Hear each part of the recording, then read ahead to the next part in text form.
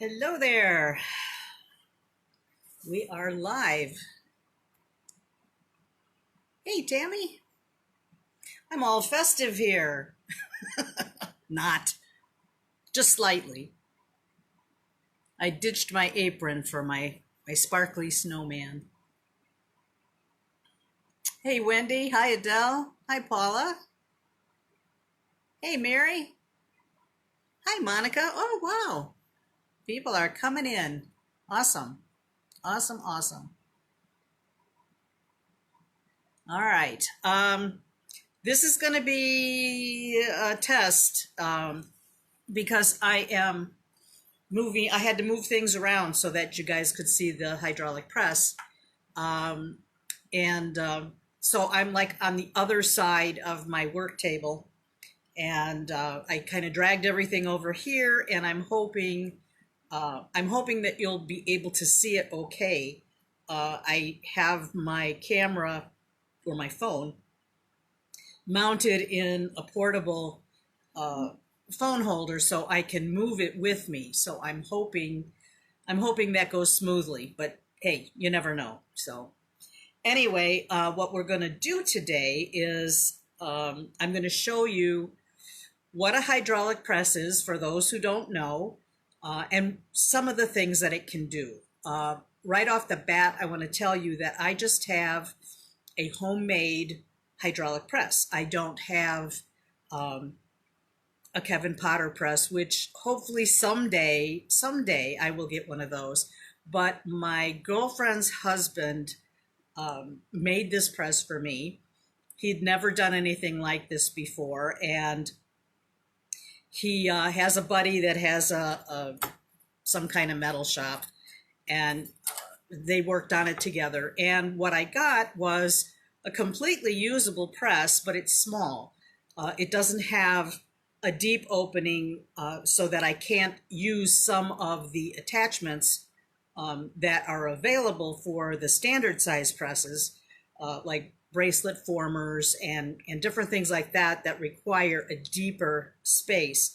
But for making an impression with an impression die or cutting pancake dies, the blanks, that you use a pancake die with, it's fine for that. So I don't want you to think that this is all you can do with a press, because there's a lot more, and there's other people who are doing demos with some of the other features. So if you're interested in those, I can mention a few people's names, and you can look those up and get some more information.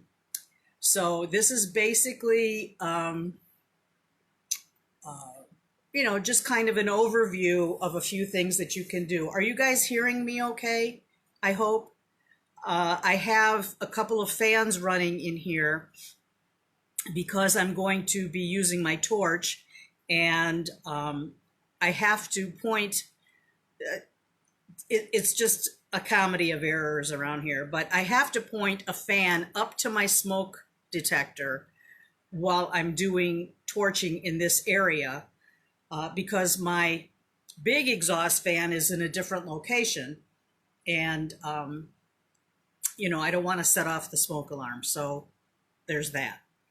Okay, so there, if you can't hear me, I apologize. I will try to check in and see that you can hear me. But while I am torching, or maybe while I'm on the press, you might not be able to hear so well, unless you can turn your volume up on your phone or your PC, whatever you're using to view. So yeah, just keep me posted. So hello, you guys. You got more people coming in. Marianne, and let's see, Joe, Karen, yeah, and Marianne. I think I just said Marianne. Hey, Marianne. Okay. And Paula and Joan and Patty. Hello, you guys. Thanks for joining me. I'm all red-faced already. And it'll probably get worse as I'm torching. So anyway. Okay. Hey, Donna. Hi there. Okay, so what I'm doing is I'm using what's called an impression die, which is this. And I got this from Kevin Potter at Potter USA. He and his crew make wonderful, wonderful tools that we can use from dies that were made around the turn of the century, last century, from jewelry makers and different makers. And he has bought a lot of the products from these companies that have gone out of business, and he is restoring some, and he's also keeping these alive for all of us to use in our metalwork. They're wonderful, wonderful things. This one I just got in yesterday. I haven't pressed it. I'm going to maybe try this on in a little bit. This is a, they're pine cones with the pine bough, or ball, whatever, pine tree. And I thought that that would make a lovely impression. So what these dies do, or what you do with them, yes, Patty, he's saving art. That is really what he's doing. It's a wonderful thing. This is the impression die that I made my bracelet with the other day that I showed. It's right here. That I put a picture of up. This was a labor of love for me because I am not one who loves the jewelry saw much, but this was the bracelet that I made that originated with this die right here and some 20 gauge copper sheet. And then I made some little earrings to go with it. Quit moving. There we go. Yep, it wants to turn around. Okay, so anyway, having things like this enable you to make things like this, which is awesome. Absolutely awesome. All right, so I'm going to put this away for now, and I'll walk you through the steps, well, at least some of the steps, because it's really rather lengthy. But this is just basically for those of you who are not familiar with a hydraulic press and what it can do. So we're going to focus on the impression die, and then we're going to focus on pancake dies. So I will show you how you use those as well. So let's go ahead and get started with this, and hopefully all will go well. But it's not my usual way, so we'll see what happens. All right, so I am going to start with annealing a piece of 20 gauge copper sheet. This comes in much larger pieces. I cut them up in pieces that are usable for me. And when I say annealing, I am getting the metal hot to soften it, basically. Because if you feel it like this, it's rather hard. Although, when I buy this as dead soft, but it's still kind of hard. So you want to soften it so that it can go into the impression die, make a better impression, okay? All right, so I'm going to light my torch, or not. Let's use this other one. It's faster. All right. I'm going to light my torch, and I'm going to heat the metal.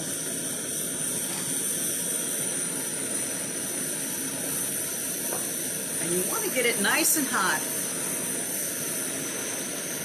You should be able, now I've got bright light in this room, so it's harder to tell, but you can actually see as the metal heats up, it takes like an orange glow. Just want to make sure that I get it nice and hot. There you go.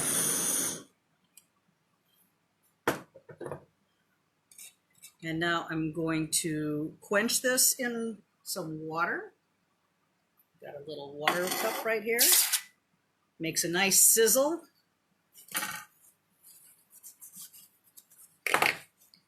Then I will dry this off.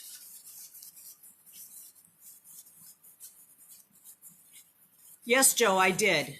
I used 20 gauge on the earrings as well. Hi, Joanne. Okay, so by torching it like that, it's made the metal, it's got fire scale on it, which we will clean off, but it's not important at this point, okay? So what I'm going to do is, Connie, I have my fire brick on the side.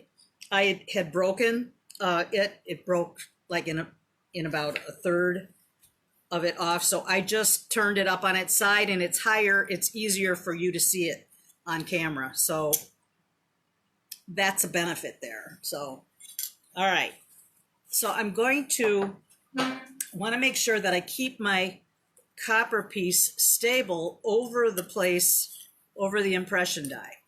So I am going to make sure, first of all, that it fits over the entire image that I want. And then I'm going to take some painter's tape. There are more precise ways of doing this, but I am not going to focus on that right now. Basically, this is just an overview to see how these work.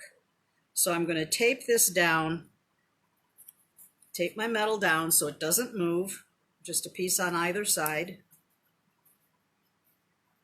just like that. And then I'm going to use a piece of lead. This is lead that I bought. I bought lead sinkers at Walmart. You can also get them on Amazon. And they're like eggs. They're like an egg shape. And they come in lots of different shapes. This happens to be one that I like a lot. But after you use the lead, it flattens and smushes. It gets very thin. So then what I do is I take it outside. I take all my lead scrap outside and my torch and a crucible, and I melt it all out there and pour it in like a little marble mold. And then I get these little shapes of lead. Now, some people freak out when you mention that you're working with lead, and you know, that's there's good reason for that. But if you're careful, if you're conscientious, you know, you will wash your hands afterwards so that you're not touching things that you know were exposed to the lead. I keep some wipes nearby so that way when I'm working I can wipe off my hands, get that off of my skin. But it's necessary. It helps a lot. That's not the only thing you can use. You can use little chips of urethane, and I'll show you how I use that as well. So you do have options. You can also use aluminum foil. You can crumple it all up in a ball and put it on there and put it in your press, and that will help make a depression in your metal. So right now this metal is soft, it's fully annealed, and I'm going to put this little piece of lead on there, and we're going to go over to the hydraulic press, and I'll show you how I do it there. All right, so just bear with me as we move things around.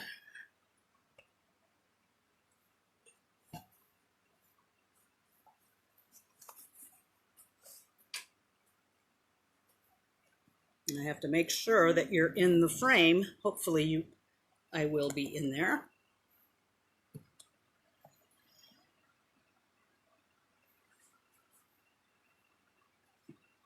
If I had a camera person, that would be handy, but I don't, so I have to do this on my own. All right, so this is my hydraulic press over here. It's got a bottle jack on it and a platform, a workable platform here. I also have a magnetic,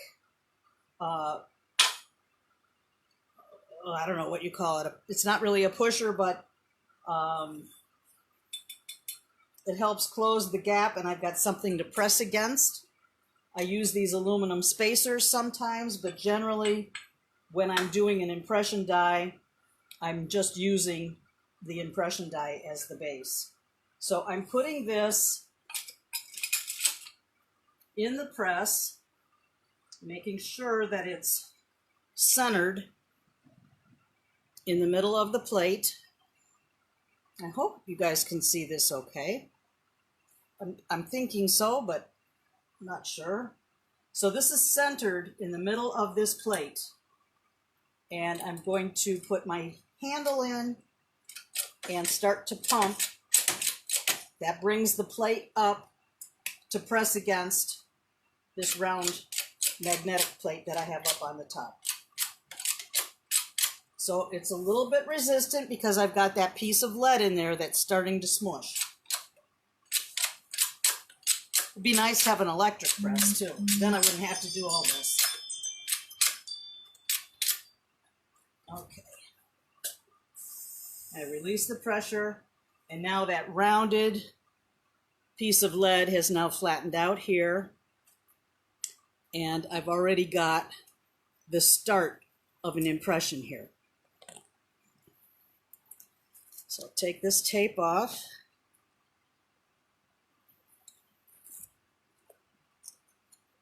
And you can see that the heart, it's starting, but it's not got all the detail on it yet. But now this piece of copper is hard, so I have to anneal it again. This can take, it can take 5 or 6 annealings. It happens. That's just part of the process. And it does take some time, but that's what you have to do if you want to get a good impression. All right, so it's going to be a lot of back and forth here, guys. So let me put this around here again, back to where we were. Here's my brick. And I'm going to anneal this once again.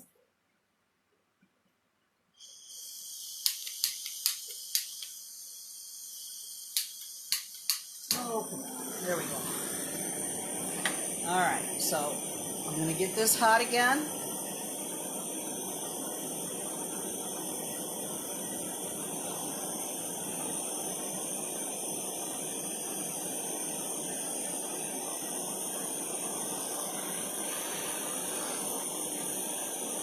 All right.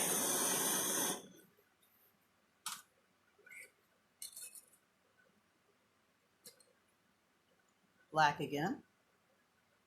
Quench. Dry it off.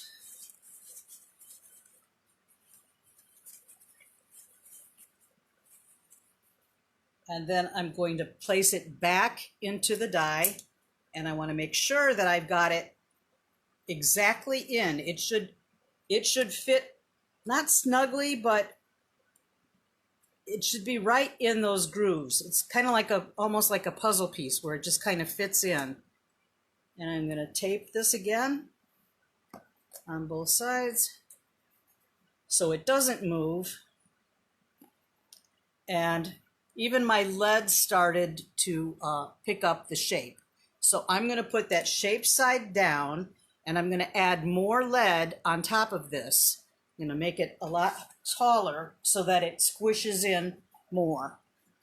All right, so now we have to move again. I should have wheels on this stool. But I couldn't think of any other way to present this by myself. So let's see, put it back in here.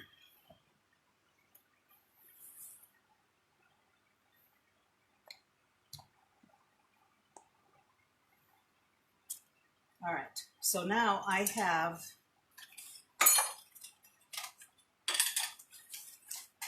actually a ton of this stuff. So I'm going to take some pieces that are already flattened. See how flat they get after many pressings? So I'm just going to stack a bunch of these up on top of this. I have to lower this plate a little bit so it fits.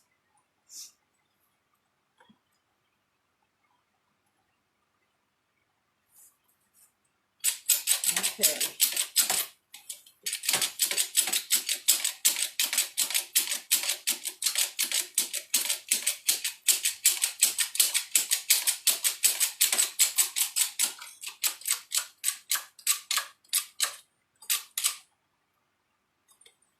Push it as hard as I can, you know, till there's no more possible pushing.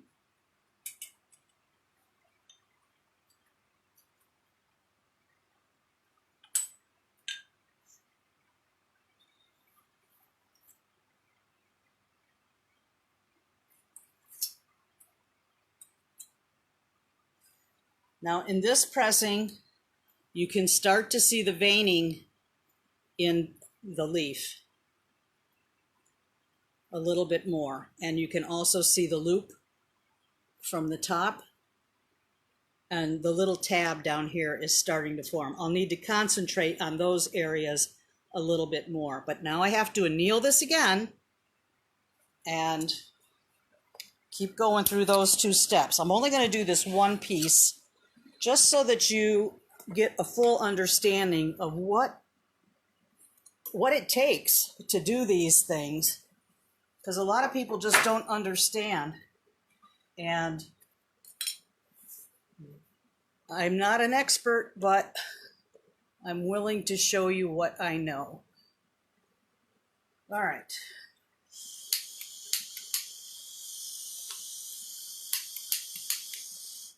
Oh.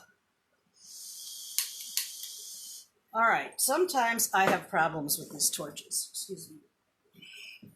I'm saying excuse me to the camera, sorry. All right, so this one will work too.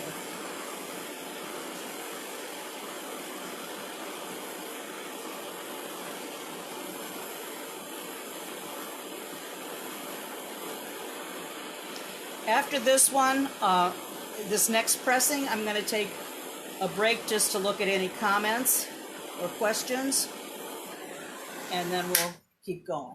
All right, so that's hot. It's quenched, or I gotta quench it. I love that sizzle. Okay, I'll dry it all up.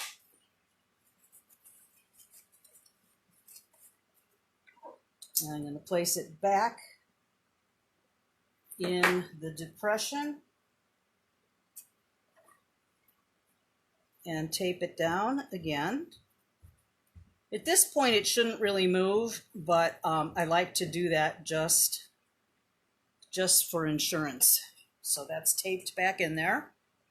Now we move again.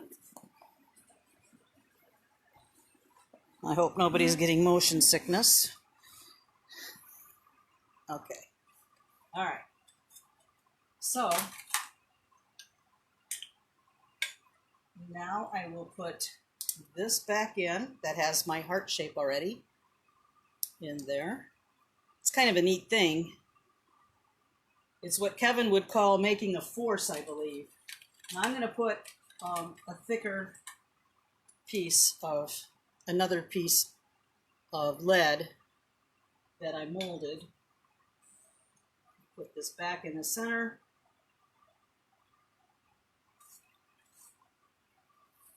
And pump this up again.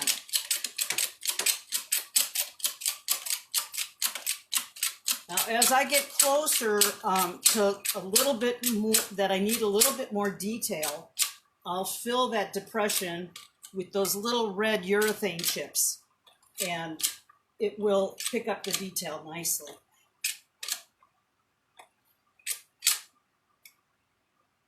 Okay.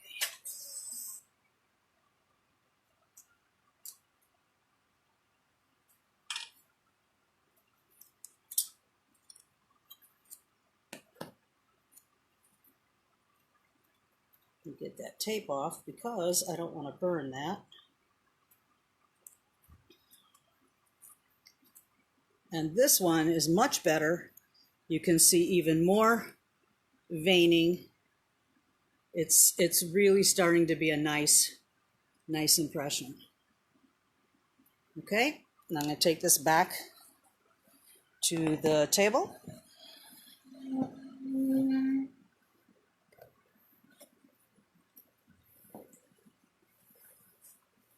All right, and I am going to check. I will still anneal it again, but right now I just want to check any messages or comments. I do want to wipe my hands off though.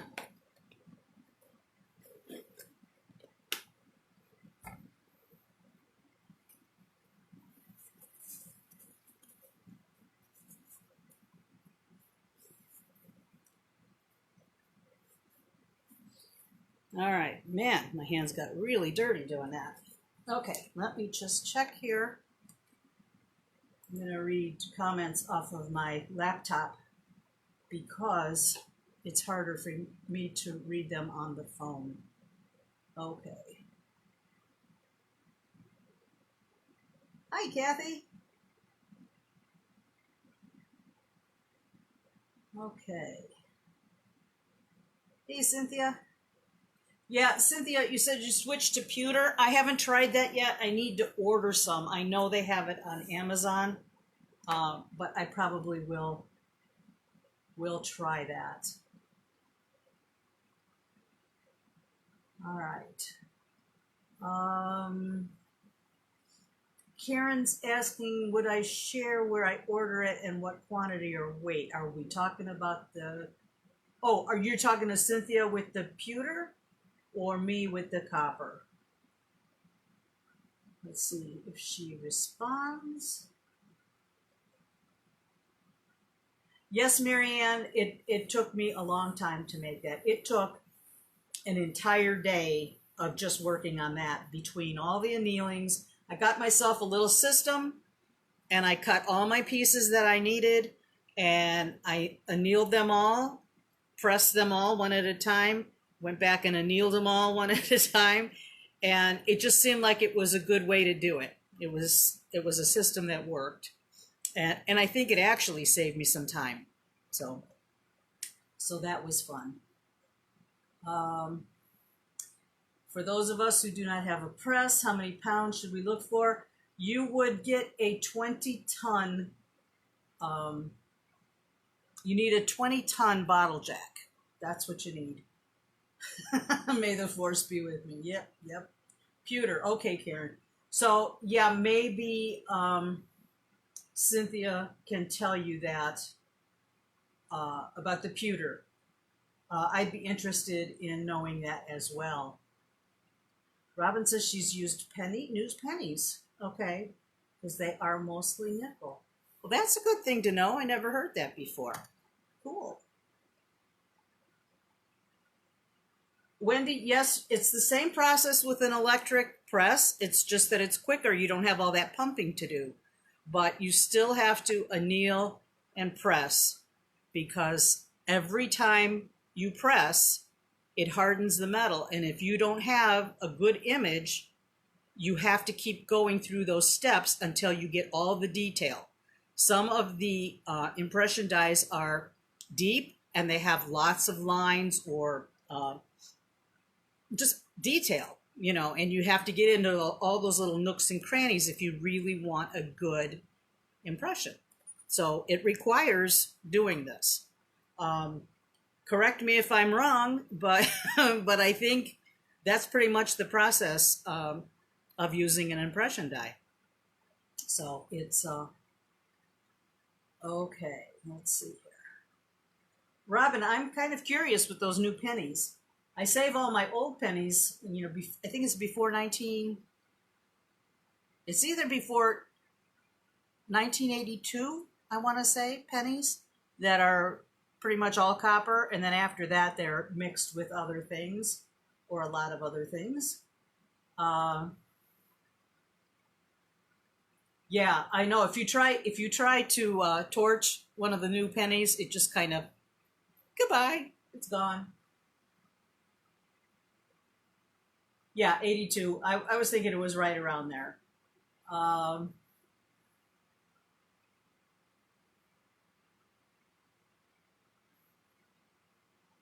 okay.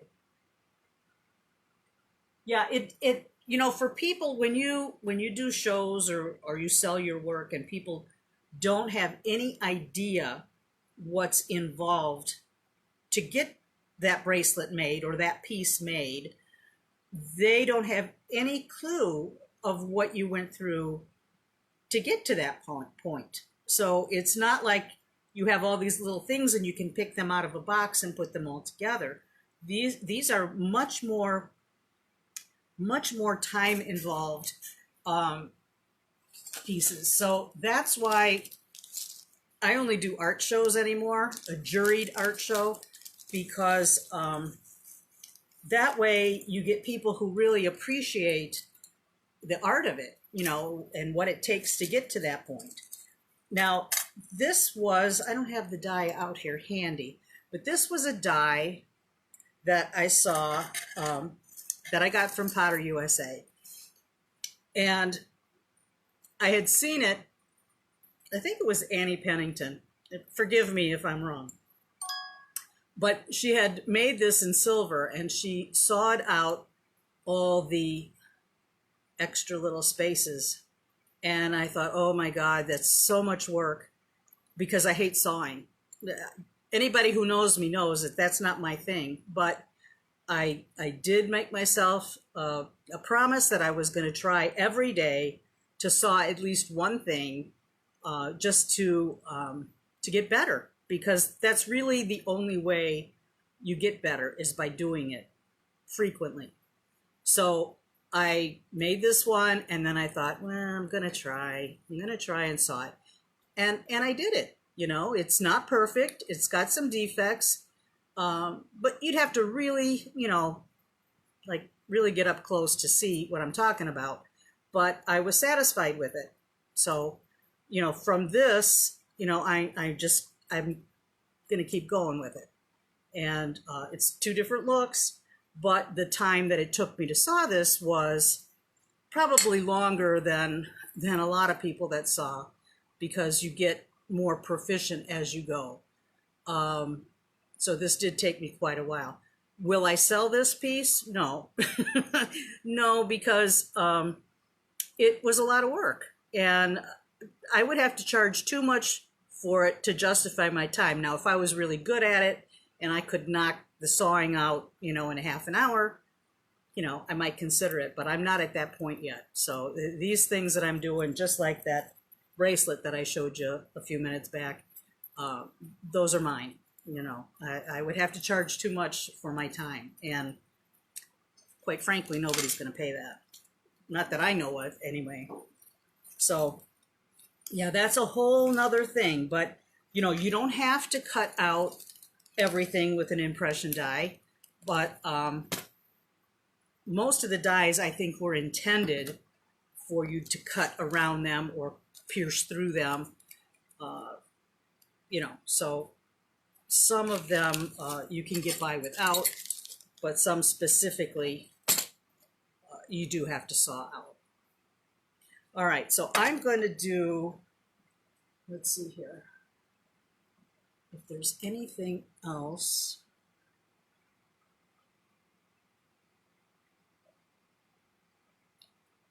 Cynthia, I can't help you on that. If you mixed up your saw blades, I think you're just SOL, because I don't know how you would tell. I mean, you can see the teeth. Some of them are going to be finer, shorter, whatever. But, there's all different kinds of blades. So I don't know. I hope you don't have too many. But I bought the nano blades that everybody was talking about some months back. And they seem pretty good. If you don't have those, I think maybe I would go for that, to get some of those. And then they have these new saw blade holders that are really neat. They're the name brand is Kerf, Kerf, and it's like a vial, and they're all the numbers on there, and it turns, the opening turns so that you can get right to the blade that you want, and then you can close it again so they don't all fall out, but it keeps them all separate according to their sizes. So that's kind of fun. Hey, Suni, you were able to join us. Good.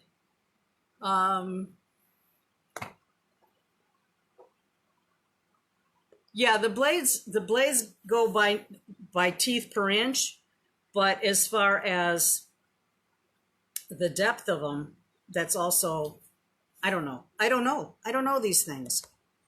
So that's something, I guess, maybe to Google or ask someone who does know how that actually works.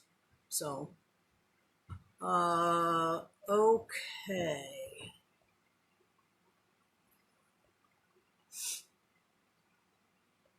All right. So I'm going to get back and finish this one die. I have to anneal this again and then press it again. So this will be the third, if I'm right, this will be the third annealing.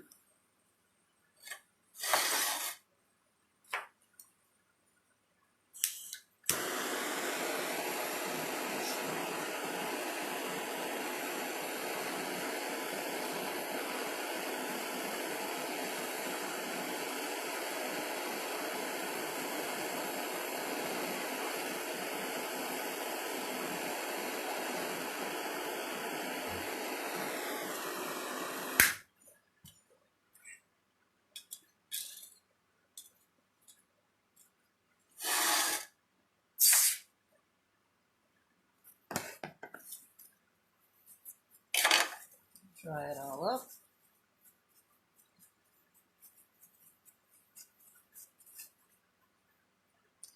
I'm going to tape this back on.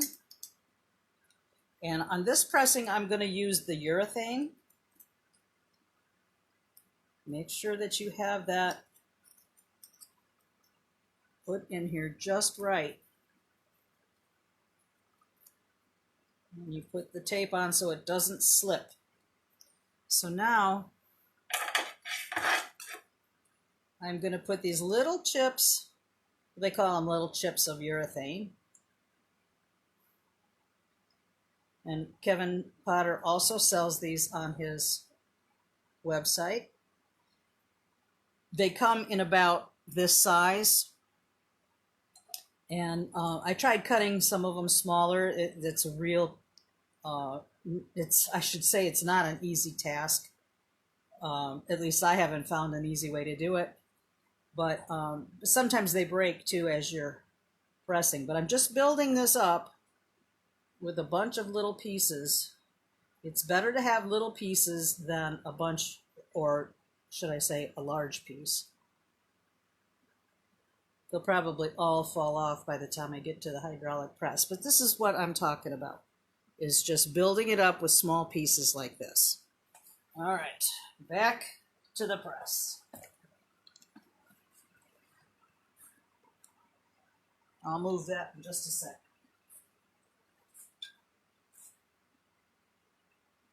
Okay.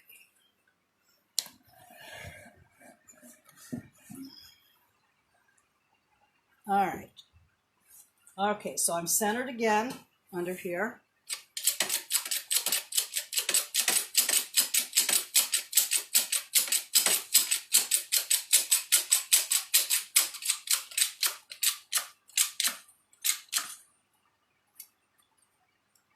So I can't push anymore.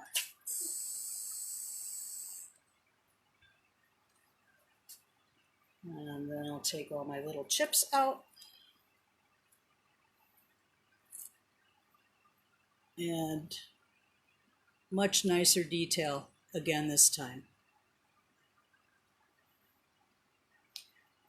But I probably would still want one more pressing.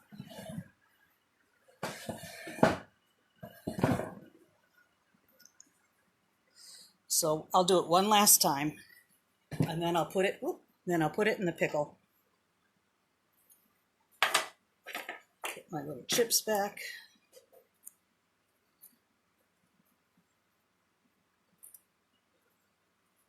Yeah, this is not something that you're going to get done like right away.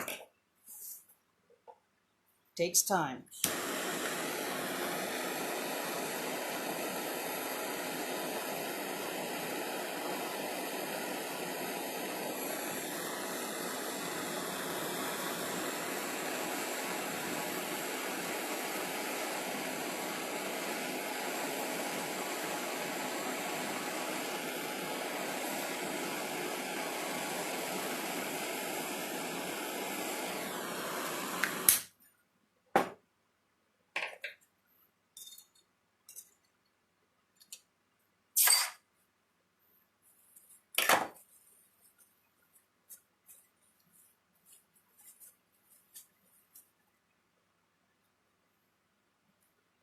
That's pretty good, but I want to do one more.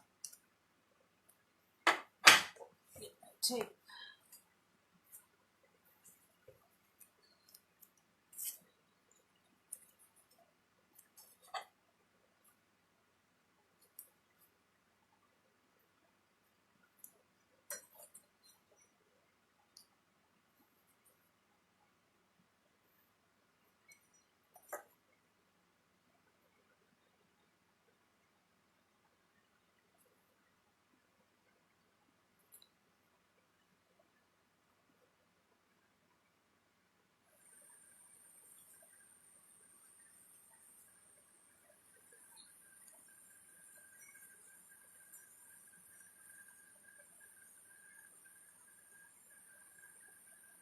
Okay, so I've got that all built up like that. All right, back to the press.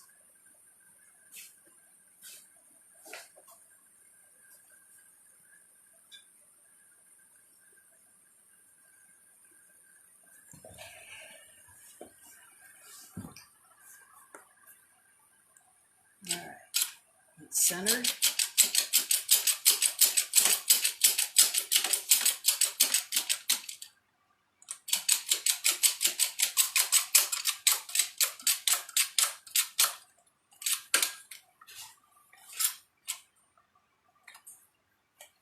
Put all my weight on that one.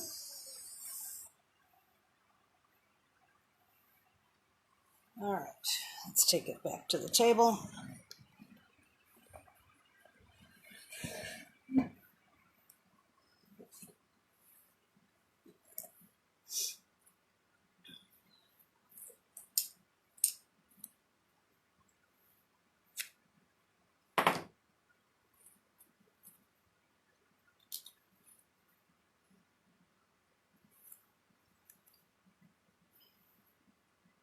That's pretty good.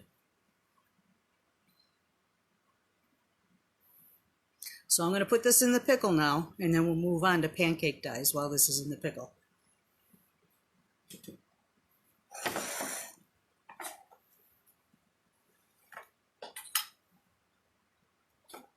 I've got my little pickle jar on a cup warmer, which works just fine for when I'm doing these demos. Okay, let me wipe the hands off again. So I'm done with the lead.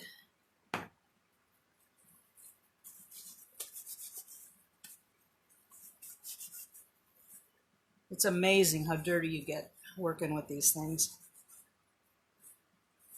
Okay. All right. So I don't need fire anymore. And with pancake dies, I buy my copper in sheets. They're usually 6x6 or 6x18. When Indian Jewelers Supply was in business, they sold them 6x36, which was awesome. They would cut them in half, so they were 6x18 for easier shipping. But they're no longer in business anymore. So the largest I can get is 6x12 from Rio, I believe. So I am using, with a pancake die, you can use different thicknesses of metal. I generally will use 20 or 22 is my most common size that I use, but you can use 18 gauge. I think some people have said that they've used 16, but I've never used 16 for anything, so I can't, you know, actually say that that's okay. I think it is, but I would make sure from whoever you got your pancake dies from that they can tolerate that. And 22 gauge is probably the thinnest that I use, but you can use 24 too. Some people use that. You just have to take some precautions, like where you put your metal in your pancake die. You can get some of the edges. If your piece of metal is too skimpy and you don't have enough borders around the edges of your metal, you can actually get some of that stuck in there. So make sure that when you're cutting your metal that you have enough clearance that's not going to happen to you. Potter says 16 to 22. Yep, that sounds good, Patty. Thank you for that. Dawn, I never have dealt with Santa Fe Jewelry Supply. They may have the longer stock. I should check that. Suni, the copper that I used on the impression die is 20 gauge, sorry, and I'm going to use 22 on this pancake die. Okay, but you can use other gauges like Patty was saying. So with the pancake dies, they have two sides, and you have to make sure that you put the correct size, your metal in the correct side, and put it in the press the correct way. On Potter's dies, it's etched in here. It says this side down. So that's the side that goes down on that plate in the hydraulic press, and your copper will go in the top here. You see how that's raised there? So you also, with these dies, will have a tab. It will make a tab. You have to clear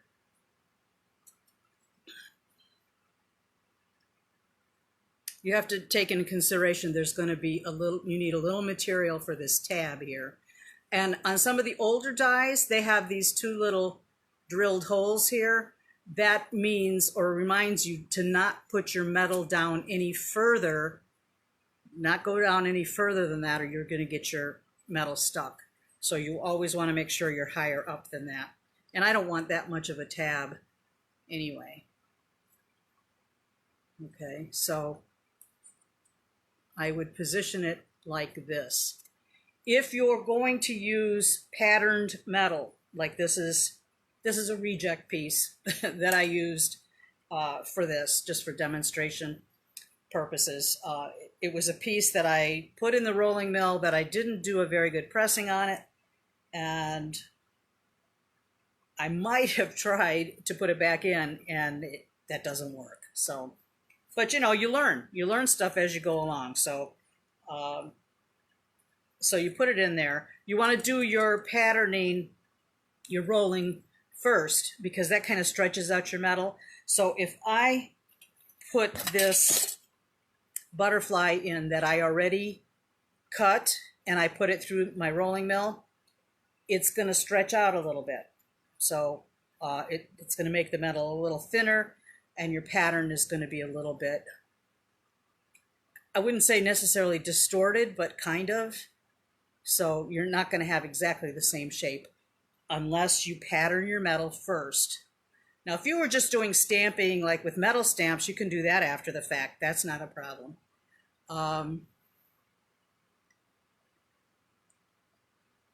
Vanera, you're asking, can you put two thin pieces like 24? I've never tried that. I don't know. I'm afraid you might get something stuck doing that, but not really sure.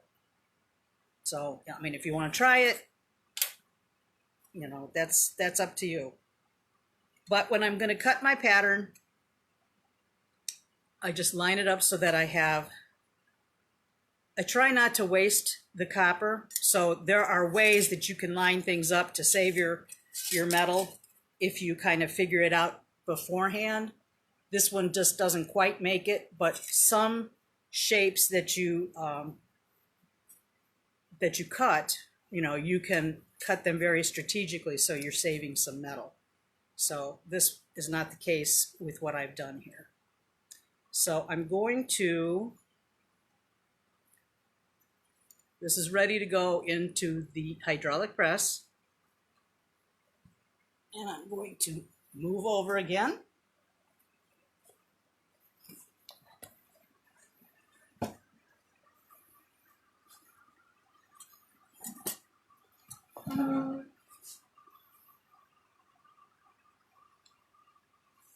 And for this, I want to put this aluminum spacer down here. So that way I don't have to keep pumping so much. It kind of closes that space in there. So I'm going to put them between that top pusher and the bottom spacer. And it's centered again into the press. You're going to hear a loud pop. Well, it wasn't that loud, but sometimes it can be pretty loud. When you hear that pop, then you know it's cut through. I release the pressure on here to lower the plate. And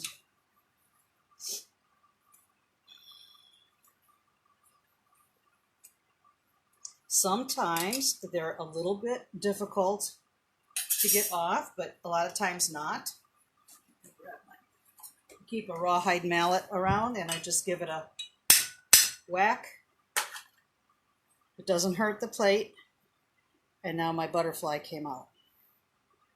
And it's got the tab that we have to get rid of here down at the bottom. Okay? As long as I'm here, let me cut another one. Grab this piece. This is a circle. This one is a Dar Shelton die.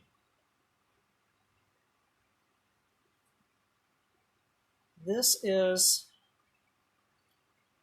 before I even heard of Kevin Potter. This was a very long time ago. And I was getting some dies, custom dies from Dar. And they're very nice. All right, here we go with a pop. That was louder. Okay. And then back it up. And you see the circle actually came off in there. Okay. So we have the tab to deal with. But you can get, for the money, you can get a wide variety of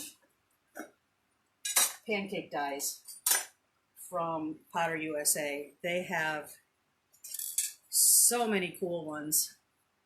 Leaves, all kinds of themes, different shapes. There's a Christmas tree one.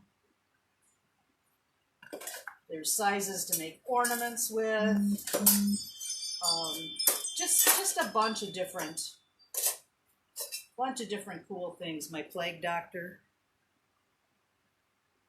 So you can get shapes to fit whatever you like, pretty much. And then there's always the custom, the possibility of going for a custom. I don't have my sander available, but normally what I will do is get rid of this tab. This is one of the things I look forward to on that little mini bandsaw that I bought. I don't have it going yet. My husband's working on it, but I'll just take a pair of metal shears and I'll cut part of the tab off. Excuse me, I don't get too close to the edge, otherwise you get like a little wavy line. It kind of distorts the metal a little bit, so I don't get too close with it.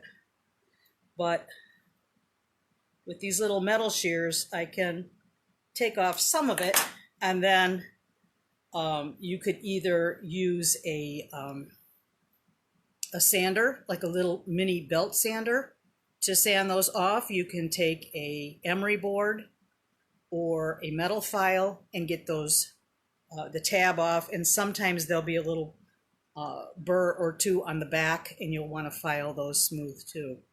So there's just tons of possibilities with pancake dies. These are by far easier than using an impression die, but it's a whole different thing. So, you know, it just depends on what you want to make. But these make cute little earrings or add-ons to something else. You could make a necklace with them, just all kinds of stuff. So let's see.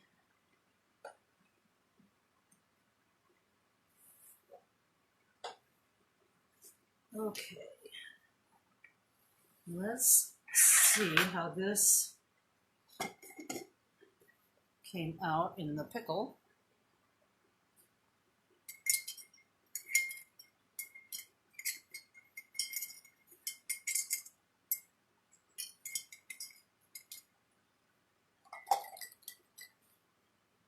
Rinse that off.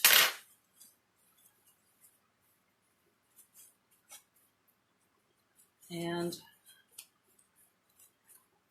I don't have my brass brush right here with me, but I think I've got some I've got some steel wool right here.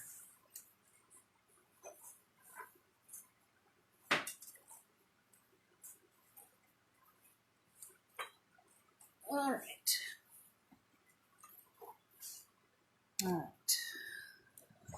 So I've got a little piece of 4/0 steel wool.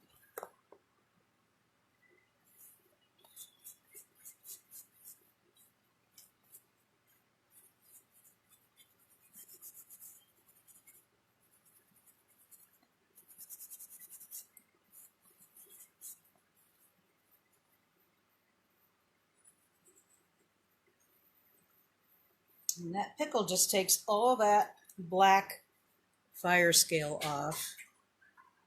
And you can see the lines on here. That's a pretty good impression. You could possibly go another time or two to get a little bit more detail if you really wanted to.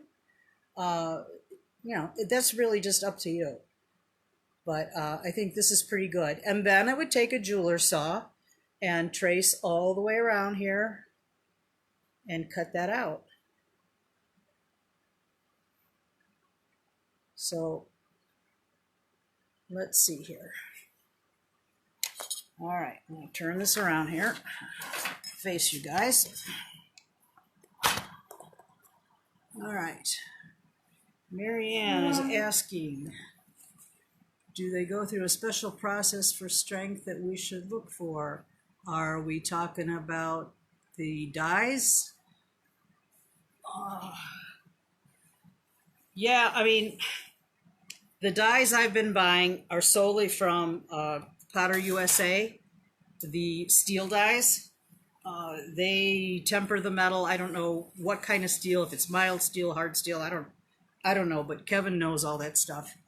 And the only things that I would stay away from are the brass dies. Brass dies do not belong in your hydraulic press. They are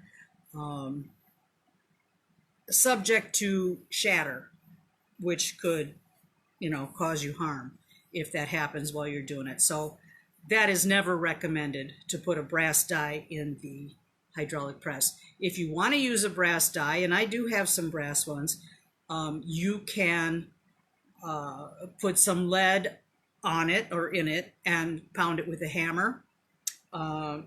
Or you could crumple up foil and you can put that in there also to make an impression. I use my brass dies primarily for lamp working. If I want to get a particular shape, I can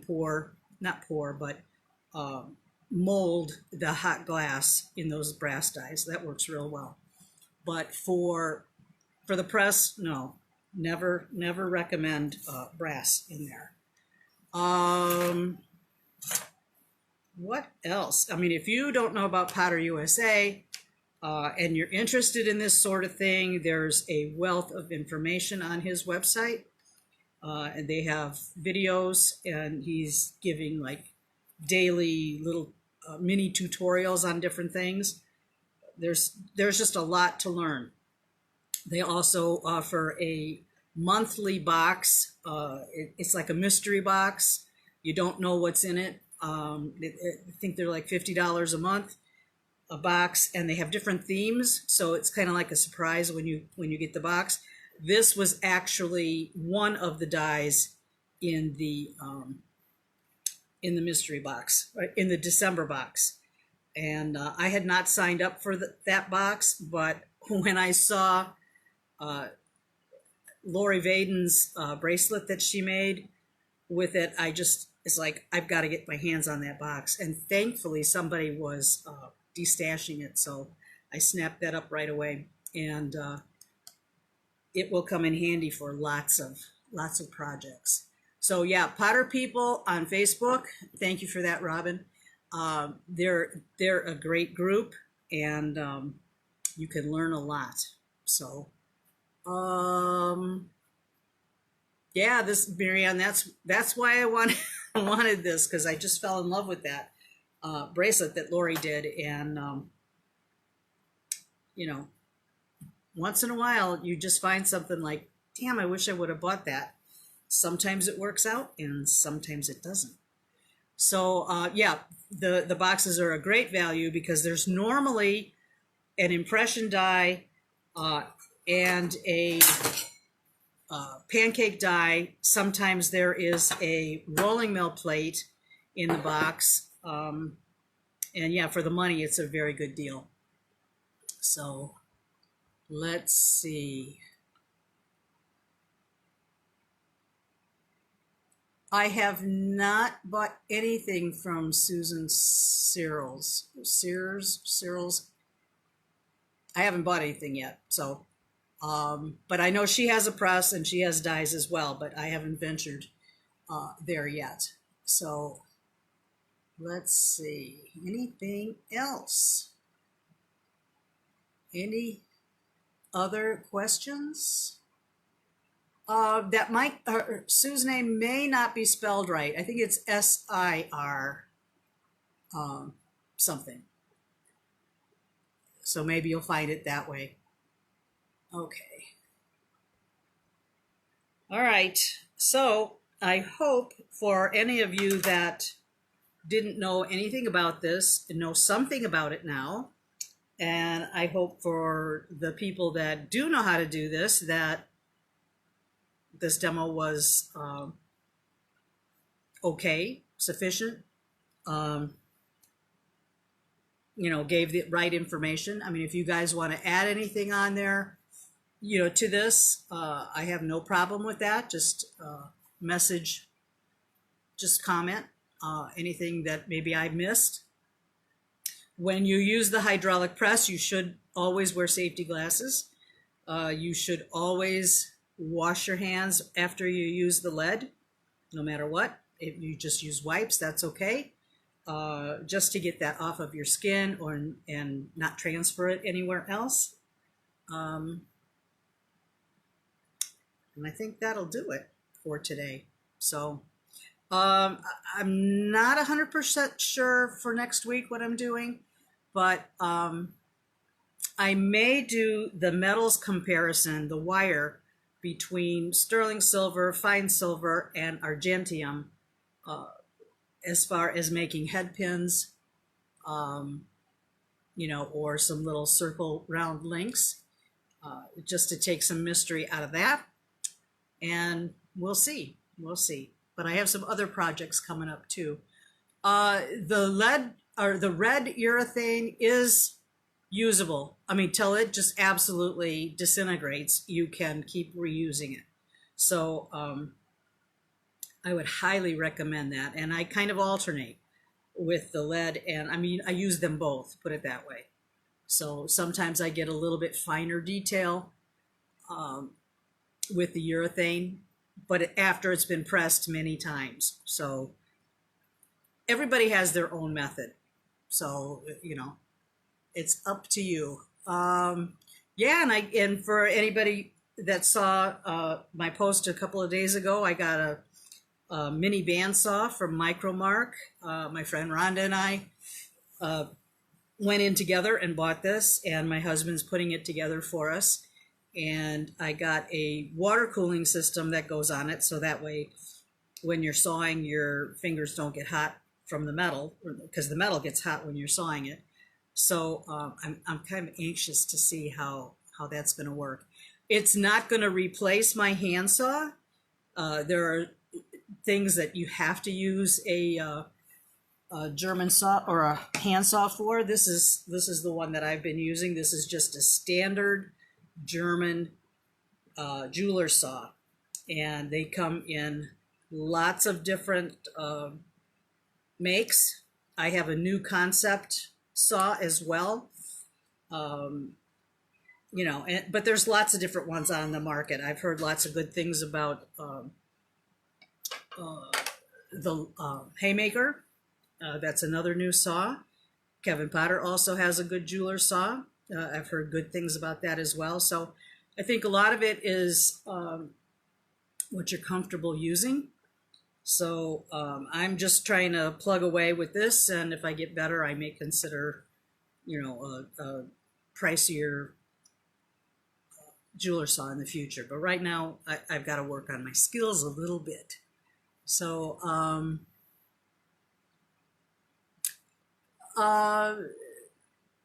yes, when the mini bandsaw is all ready and functional, I will practice on it a little while. I'll test it out, and then I'll definitely do a demo on that so you guys can see what that's all about, and I'll let you know my thoughts on it, how I like it or whatever, and if it's worth the money. We'll see.